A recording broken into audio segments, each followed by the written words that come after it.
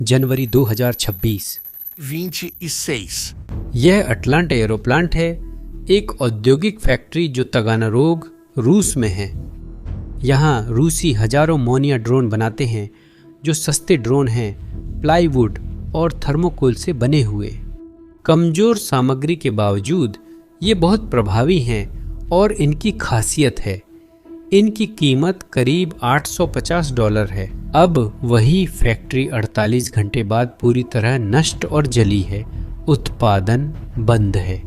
13 जनवरी की रात यूक्रेन की कार्रवाई ने हवाई युद्ध की दिशा बदल दी। देखते रहिए, हम आपको ऑपरेशन के सभी विवरण दिखाएंगे। 13 जनवरी की सुबह तगानारोग में क्या हुआ और यह हमला रूस के लिए इतना विनाशकारी क्यों था, इसे समझने के लिए हमें थोड़ा पीछे जाना होगा। हमें जानना होगा कि मोनिया ड्रोन इतनी बड़ी धमकी क्यों है और यूक्रेन ने इस फैक्ट्री को नष्ट करने के लिए महंगी मिसाइलें क्यों इस्तेमाल की। ड्रोन मोनिया सुनने में मजाक लगता है, पर सच है। अगर आप इनमें से किसी को जमीन पर देखें तो लगेगा यह स्कूल प्रोजेक्ट है। 2 एल्यूमिनियम ट्यूबें, लेजर कट प्लाईवुड पंख, तार से ढका थर्माकोल और प्लास्टिक फिल्म। ऐसा लगता है जैसे इसे किसी गैराज में जोड़ा गया हो, लेकिन इसकी शक्ल से धोखा मत खाइए। इस साधारण ड्रोन में एक ऐसी खासियत है जो इसे लगभग अदृश्य बना देती है। लकड़ी और थर्माकोल रडार तरंगों को परावर्तित नहीं करते, जबकि धातु के ड्रोन एयर डिफेंस की स्क्रीन पर चमकते हुए बिंदुओं की तरह दिखते हैं। मुनिया बस गायब हो जाता है। वो एक भूत की तरह है जो 120 किलोमीटर प्रति घंटे की रफ्तार से उड़ता है और अपनी पंखों के नीचे मौत लेकर चलता है। 3 से 5 किलो विस्फोटक जो एक भारी मोर्टार बम के बराबर है। कुछ मामलों में रूसी इसके नीचे एंटी टैंक माइंस भी लगाते हैं। उसका वजन 10 किलो तक हो सकता है, जो बख्तरबंद वाहन नष्ट करने या गोला बारूद डिपो उड़ाने के लिए काफ़ी है। पुराने वर्जन में इसकी रेंज 30 से 40 किलोमीटर थी, लेकिन नए मॉडल अब 60 किलोमीटर तक उड़ सकते हैं। इसका मतलब है कि यूक्रेनी सैनिक जो खुद को मोर्चे से दूर सुरक्षित समझते थे, अचानक देखते हैं कि ये ड्रोन कहीं से भी आ जाते हैं।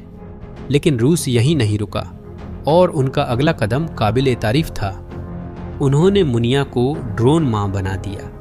सोचिए, ड्रोन उड़ता है और उसके नीचे 2 छोटे ड्रोन लटके होते हैं। फिर वो यूक्रेनी इलाके में 50 किलोमीटर तक जाता है। पहुंचकर वह ड्रोन छोड़ता है जो टारगेट्स खोजने लगते हैं।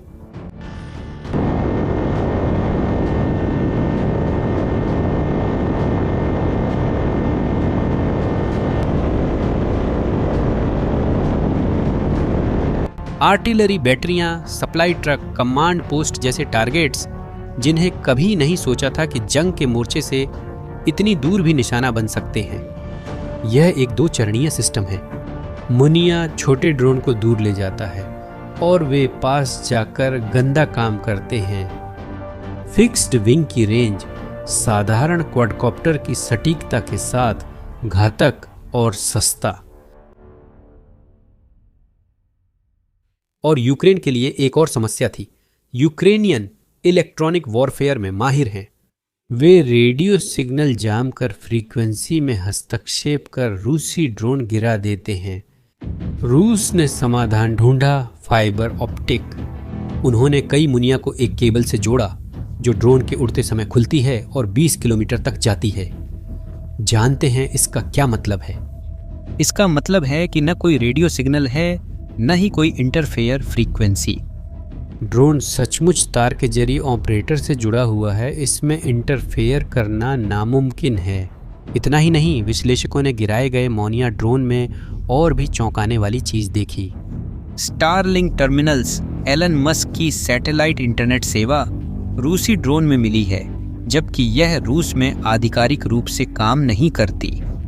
तीसरे देशों के जरिए तस्करी किए गए टर्मिनल्स इन प्लाईवुड ड्रोन में लगाए जा रहे थे। और यह सब कुछ बदल देता है क्योंकि अब रूसी ऑपरेटर इन ड्रोन को सचमुच दुनिया के किसी भी कोने से नियंत्रित कर सकते हैं। बिना दूरी की कोई सीमा के, बिना सीधी नज़र की ज़रूरत के ग्लोबल सैटेलाइट इंटरनेट $850 के लकड़ी से बने ड्रोन को नियंत्रित कर रहा है। इन ड्रोन के सभी इलेक्ट्रॉनिक कंपोनेंट्स चीन से आते हैं। कॉमर्शियल कैमरे, सस्ते फ्लाइट कंट्रोलर, यहाँ तक कि सामान्य विंडोज पर चलने वाले कंप्यूटर, सब कुछ बाजार में उपलब्ध है। सब कुछ आसानी से बदला जा सकता है। और यहीं पर अटलांट एयरो फैक्ट्री की भूमिका आती है। यह फैक्ट्री सिर्फ असेंबली शेड नहीं बल्कि पूरी तरह सुसज्जित थी। वे सब कुछ वहीं करते थे, डिज़ाइन, प्रोटोटाइपिंग, पुर्जों का निर्माण, अंतिम असेंबली, उड़ान परीक्षण, सब कुछ। और वे विस्तार भी कर रहे थे। सैटेलाइट तस्वीरों से पता चला कि एक इमारत हाल ही में बनाई गई थी। 2025 की शुरुआत में उत्पादन बढ़ रहा था। तेज और ज़्यादा खतरनाक ड्रोन। यूक्रेन को पता था और उसने इस फैक्ट्री को पूरी तरह नष्ट करने का फैसला किया। और फिर 13 जनवरी 2026 की सुबह आ गई। कीव में सुबह 5 बजे, मॉस्को में सुबह 6 बजे। टागानरोग अभी भी अंधेरे में था, शहर सो रहा था। तभी सायरन बजने लगे, लेकिन इस बार कुछ अलग था। ये वो धीमे ड्रोन नहीं थे जिन्हें रूसी वायु रक्षा आमतौर पर रोकने की आदी थी। ये तेज, भारी और घातक मिसाइलें थीं और मिसाइलों का इस्तेमाल करना कोई संयोग नहीं था। ड्रोन छोटे बम ले जाते हैं, 20 शायद 50 किलो के। वे आग लगा सकते हैं, नुकसान पहुंचा सकते हैं, लेकिन शायद ही कभी औद्योगिक प्रतिष्ठानों को पूरी तरह नष्ट कर पाते हैं। भारी मशीनें टिक जाती हैं, कंक्रीट की संरचनाएं सहन कर लेती हैं, लेकिन मिसाइलें अलग होती हैं। मिसाइलें 150 से 500 किलो तक के वारहेड ले जाती हैं। वे सिर्फ नुकसान नहीं पहुंचाते बल्कि पूरी तरह मिटा देते हैं। वे कंक्रीट भेदते, मशीनें नष्ट करते, फैक्ट्रियां खंडहर बनाते हैं। और यही हुआ था। यूक्रेन की सुरक्षा सेवा ने नौसेना के साथ मिलकर इस ऑपरेशन का समन्वय किया। संभवतः नेपच्यून मिसाइलों का इस्तेमाल किया गया, जिन्हें मूल रूप से जहाज़ों को डुबोने के लिए डिज़ाइन किया गया था, लेकिन अब उन्हें ज़मीनी हमलों के लिए अनुकूलित किया गया है। या शायद वे नए यूक्रेनी बैलिस्टिक मिसाइलें जिन्हें जेलेंस्की ने दिसंबर में पेश किया था। हमें ठीक नहीं पता कि कौन सी मिसाइलें इस्तेमाल की गईं, लेकिन हम परिणाम जानते हैं। मिसाइलों ने उत्पादन भवनों, कार्यशालाओं, परीक्षण प्रयोगशालाओं और इलेक्ट्रॉनिक घटक गोदामों को सटीकता से निशाना बनाया। टागानरोग के लोगों ने कई तेज धमाकों की सूचना दी और आसमान नारंगी होता देखा। आग, बहुत सारी आग। रूसी चैनलों के वीडियो में विशाल लपटें औद्योगिक संरचना को घेरती दिखीं। आग इतनी भयानक थी कि उसे कई किलोमीटर दूर से भी देखा जा सकता था। और फिर द्वितीयक विस्फोट शुरू हो गए। बैटरियां जलने लगीं, ईंधन फटने लगा और संभवतः ड्रोन के लिए रखे गए वॉरहेड भी फटने लगे। फैक्ट्री पूरी तरह जल रही थी। 2 दिन बाद सैटेलाइट तस्वीरों ने आपदा की गंभीरता साबित कर दी। मुख्य असेंबली बिल्डिंग तबाह हो चुकी थी, छत गिर चुकी थी, अंदरूनी हिस्सा जल चुका था और सबसे अहम बात, वह नई इमारत जो 2 साल में बनाई गई थी वह भी नष्ट हो चुकी थी। वो भी। यूक्रेन ने मौजूदा उत्पादन के साथ भविष्य के विस्तार को भी निशाना बनाया और यूक्रेनी खुफिया एजेंसी का आकलन स्पष्ट था। इस फैक्ट्री का नष्ट होना रूसी ड्रोन के उत्पादन को काफी हद तक कम कर देगा। विशेष मशीनें जो लेजर से प्लाईवुड काटती थीं, वे नष्ट हो गईं। हर ड्रोन की उड़ान से पहले उसकी जांच करने वाले परीक्षण उपकरण खो गए और उस जगह पर केंद्रित तकनीकी विशेषज्ञता बिखर गई।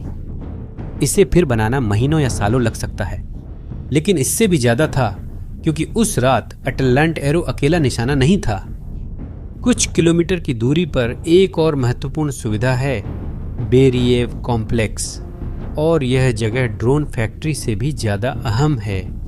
बेरिएव कॉम्प्लेक्स यही जगह है जहां रूस अपने रणनीतिक बमवर्षक रखता है।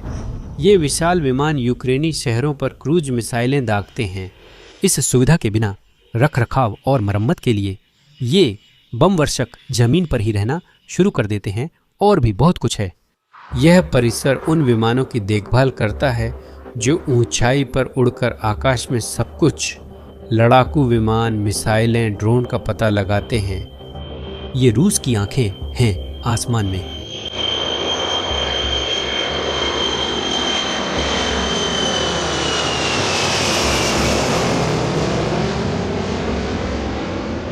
यूक्रेन ने 2024 में ऐसे 2 विमान पहले ही नष्ट किए।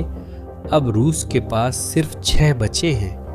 बेरियव कॉम्प्लेक्स के बिना उनकी मरम्मत असंभव है, इसलिए हर क्षतिग्रस्त विमान सेवा से बाहर हो जाता है। रूस आसमान में अंधा हो रहा था और यह परिसर पर पहला हमला नहीं था।